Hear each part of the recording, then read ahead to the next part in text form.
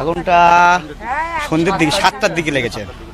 একেবারে মুহূর্তের মধ্যে গোটা এলাকায় ছড়িয়ে গেল। হ্যাঁ, মুহূর্তের মধ্যে ছড়িয়ে গেছে।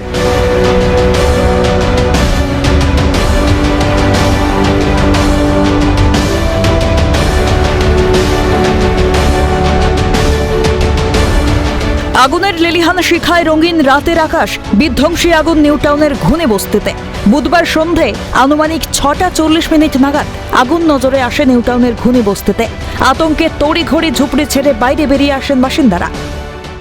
যে এখনো পর্যন্ত দাউ দাউ করে আগুন জ্বলছে, ঠিক সন্ধেবেলাতে 6:40 নাগাদ আগুন লেগেছে বলে আমরা এখনো পর্যন্ত স্থানীয় সূত্র মারফত জানতে পারছি। খবর পেয়ে তড়িঘড়ি এলাকায় পৌঁছয় দমকল, কিন্তু রাস্তা অপ্রশস্ত হওয়ার কারণে সমস্যার সম্মুখীন হতে হয় দমকলকে। বাধা কাটিয়ে অগ্নিকাণ্ড স্থলে দমকল পৌঁছে আগুন নেভানোর কাজ শুরু করে।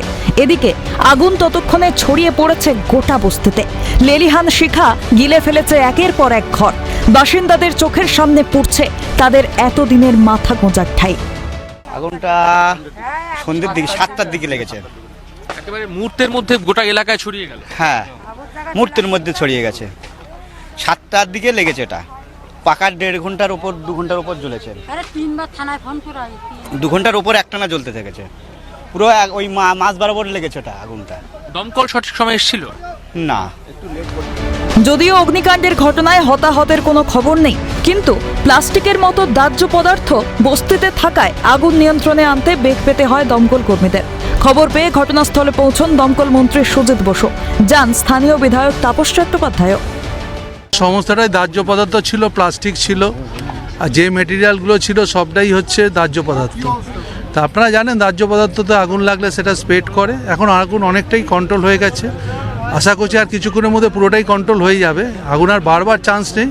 আমরা অনেক গাড়ি এখানে প্রোভাইড করেছি। টোটাল 20 গাড়ি এখানে টার্গেট করেছি। 20 গাড়ি দেওয়ার মতো ব্যবস্থা করেছি।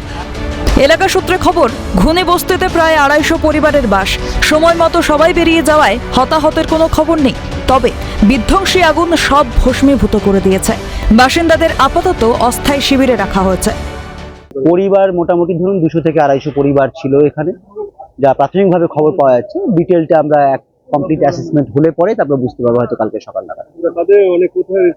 তারা প্রাথমিকভাবে আমাদের ঘুনি প্রাইমারি স্কুল আছে, সেখানে তাদেরকে রিলিফ ক্যাম্পে রাখা হয়েছে। আমরা এই মুহূর্তে ব্যবস্থাটা নিইনি, আমরা কালকে রাত্রি থেকেই ব্যবস্থা নিয়েছি।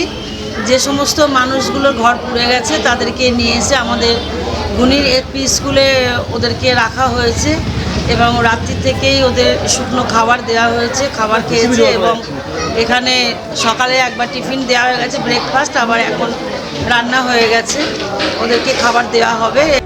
খবর পেয়ে রাতেই ঘুনে বস্তিতে পৌঁছন বিধাননগরের পুলিশ কমিশনার মুকেশ কুমার। পরিস্থিতি খতিয়ে দেখতে যান স্থানীয় ভিডিও। পরিস্থিতি আপনারা দেখতে পাচ্ছেন, অলরেডি 8টা ফায়ার টেন্ডার কাজ করছে, আরো আছে। কিভাবে কিছু জানা গেল কখন লেগেছে? আনুমানিক কত বাড়ি ছিল স্যার? না, এখন কিছু বলা যাবে না। আমরা জাস্ট এসেছি, আমরা দেখছি। প্রচুর পরিমাণে দাহ্য পদার্থ ছিল, প্রচুর পরিমাণে দাহ্য পদার্থ ছিল। এখন ডিটেল নিয়ে বলা হবে। এখন ইমিডিয়েটলি কেউ আহত হয়েছে বলছি তো, ডিটেল নিয়ে বলা হবে। দীর্ঘ চেষ্টার পর শেষ পর্যন্ত আগুন নিয়ন্ত্রণে আনা সম্ভব হয়, তবে থেকে গিয়েছে পকেট ফায়ার। বৃহস্পতিবার সকালেও ধোঁয়া নজরে এসেছে।